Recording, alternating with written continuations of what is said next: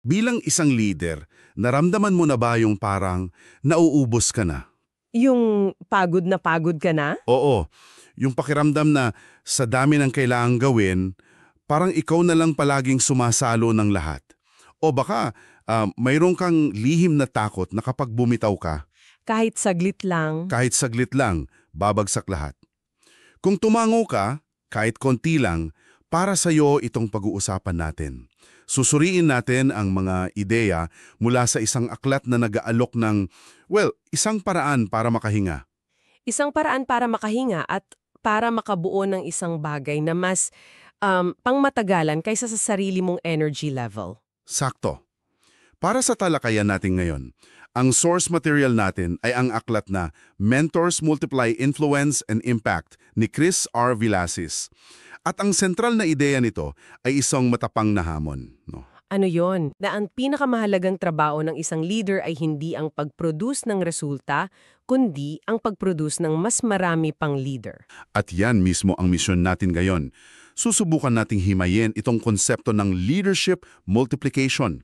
Ano ba talagang itsura ng paglipat mula sa pagiging isang achiever, yung tao ang focus ay sa sariling nagawa? Patungo sa pagiging isang multiplier. Tama. Isang taong ang focus ay sa pagpaparami ng mga leader sa paligid niya. Kasi sa totoo lang, parang salungat niyan sa lahat ng tinuturo sa atin, lalo na sa corporate world, di ba? Exactly. It goes against the grain. At dyan mismo nagsisimula ang aklat sa pag-diagnose ng tinatawag niyang krisis ng modernong leader. Okay, sige. Himayin natin yan.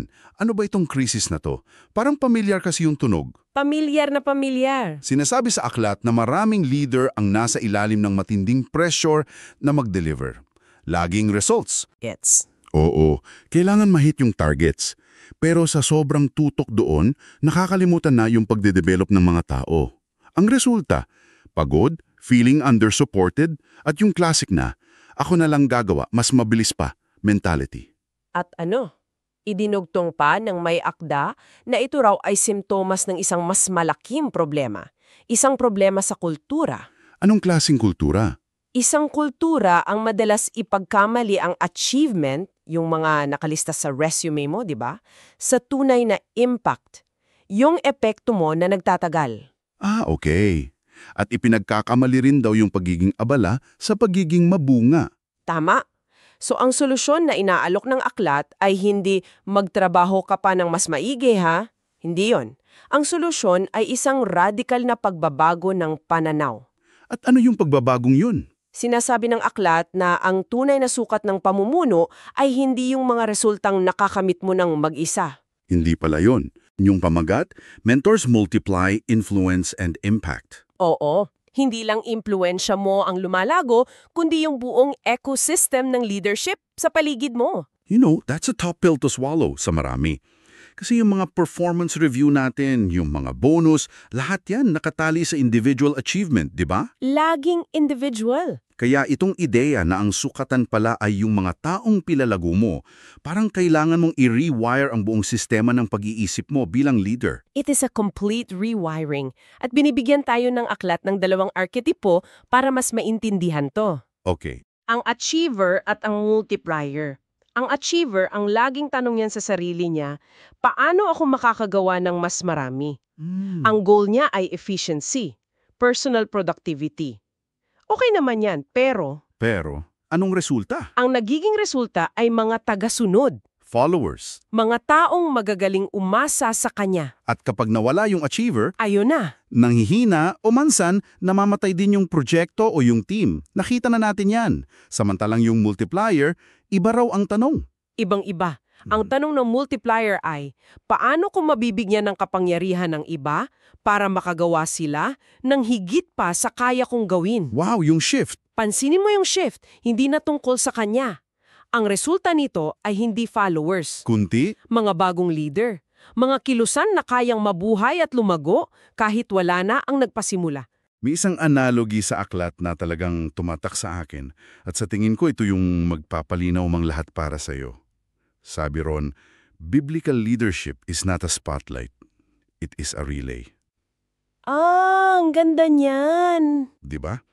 Hindi raw ito isang spotlight na nakatutok lang sa'yo habang nagpe-perform ka. Isa raw itong relay race. At sarili, ang pinakaimportante, Hindi yung bilis mo, kundi yung maayos na pagpasa ng baton sa susunod na mananakbo. Kung hindi mo na ipasa yung baton, talo ang buong team. a very powerful image.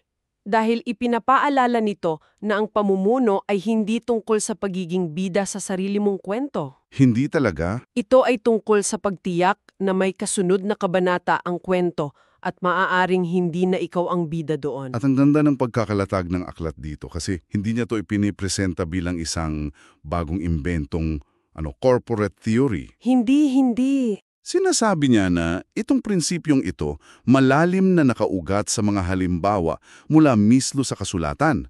It's an ancient model. Ancient and proven. At hindi lang to basta listahan ng mga pangalan, no? Ang bawat pares nagpapakita ng isang sinasadyang proseso ng paglilipat. Tulad ni Moses. Oo, nariyan si Moses na ginuhugol ang mga taon para ihanda si Joshua na ipasok ang Israel sa Promised Land. Hindi lang siya basta nagturo ng strategy. Mas malalim pa doon. Inilipat niya yung bigat ng pamumuno. Tapos si Elijah at Elisha, hindi lang yan simpleng pag-abot ng balabale.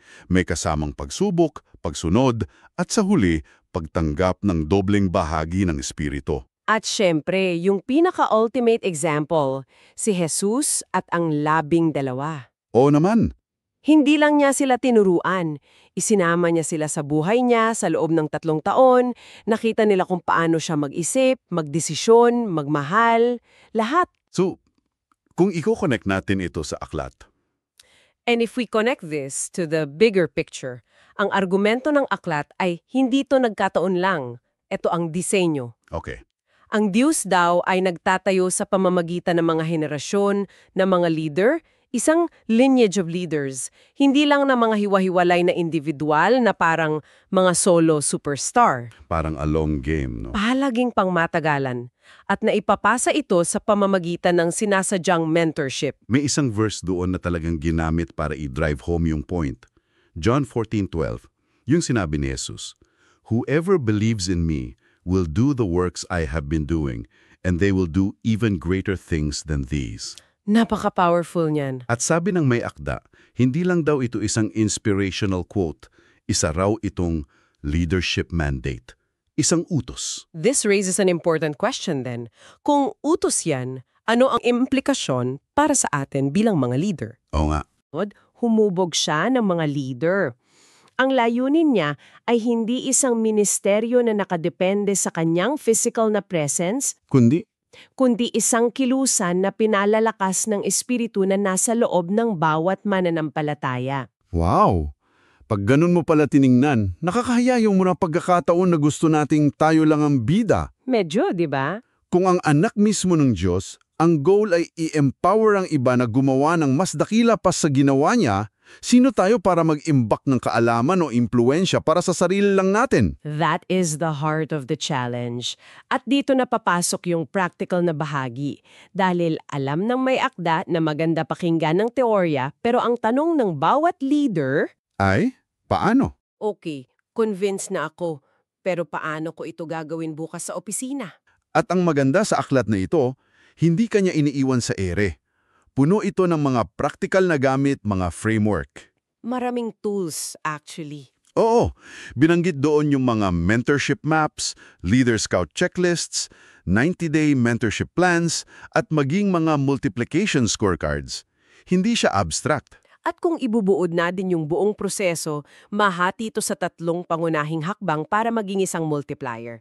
Ang una, at marahil ang pundasyon ng lahat, Ano yun? ay pagtingin sa potensyal. Seeing potential. Madali sabihin yan.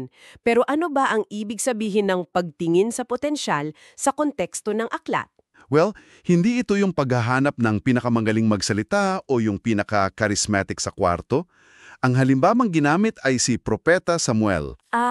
Yung kay David. Oo, pinapunta siya sa pamilya ni Jesse para hanapin ang susunod na hari. Iprinenta sa kanya lahat ng matatangkad, magigiting na anak, pero lahat sila tinanggihan ng Diyos. Ang pinili, yung bunso. Si David, isang pastol na wala man lang sa pila. Eksakto. Kasi ang tinitingnan pala ay hindi ang panlabas na anyo, kundi ang puso. Sa modernong termino, ang tinitingnan ay character at yung tinatawag na teachability. Teachability. Yung kababaang loob at kagustuhang matuto. And that's crucial distinction. Kasi mas madaling ma-impress sa high performer na laging nakakahit ng target, di ba? Oo naman. Pero sinasabi ng aklat na yun ay maaaring deceptive. Yung taong tahimik pero laging nagtatanong, yung laging handang umamin na hindi niya alam ang lahat, yun daw ang tunay na sign of potential. That's a harder thing to spot. It requires spiritual eyes, so to speak. At kapag nakita mo na ang potential na yon, dun napapasok ang ikalawang hakbang. Which is? Paghubog ng karakter at paglipat ng kakayahan, shaping character and transferring skills. Dito na yung totoong trabaho. Sabi sa aklat, ang mentorship ay matiyagang trabaho. Ito ay sinasadyang paghubog o intentional formation. So hindi ito yung paminsan-minsang coffee meeting lang para mga musta? Higit pa ron. It requires a plan. Ito yung pag-upo mo kasamang isang tao at pag-alam kung ano ang mga kailangan niyang matutunan, hindi lang sa skills kundi sa pananaw. Sa paggawa ng desisyon? Sa pagharap sa kabiguan, ito yung pag-share mo hindi lang ng mga tagumpay mo, kundi pati ng mga pagkakamali mo. Ang nililipat mo ay hindi lang informasyon, Kundi karunungan. karunungan. Alright? So you've found them and you've invested time to train them. Itong huling hakbang, yung pangatlo, pakiramdam ko ito yung pinakamahirap para sa maraming leader. Kasama na ako. Oo. Yung pagbibitaw. Tama ka. Ito ang ultimate test ng isang multiplier. Ang pangatlong hakbang ay pagpapadala ng may autoridad. Sending with authority. Empowerment. Ito ay tungkol sa empowerment, hindi control.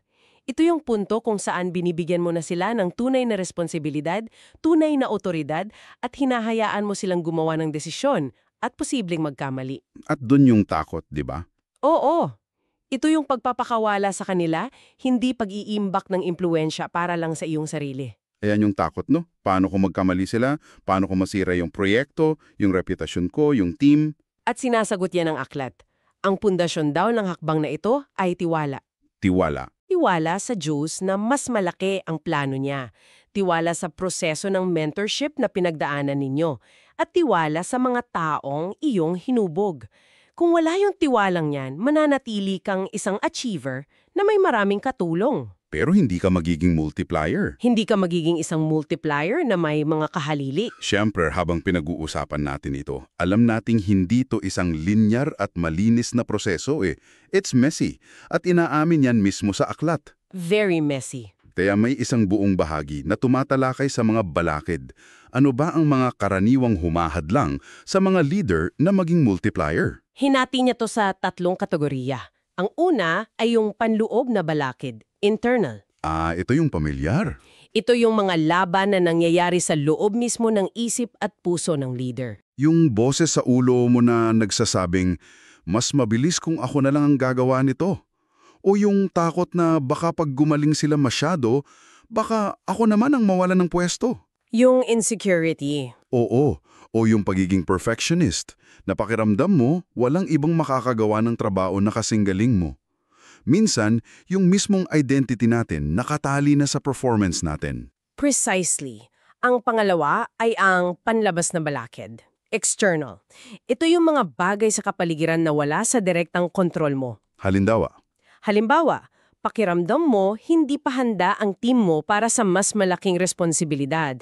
O baka may mga limitasyon sa sistema ng inyong organisasyon, walang budget para sa training, o yung structure hindi nagpo-promote ng mentorship. Gets?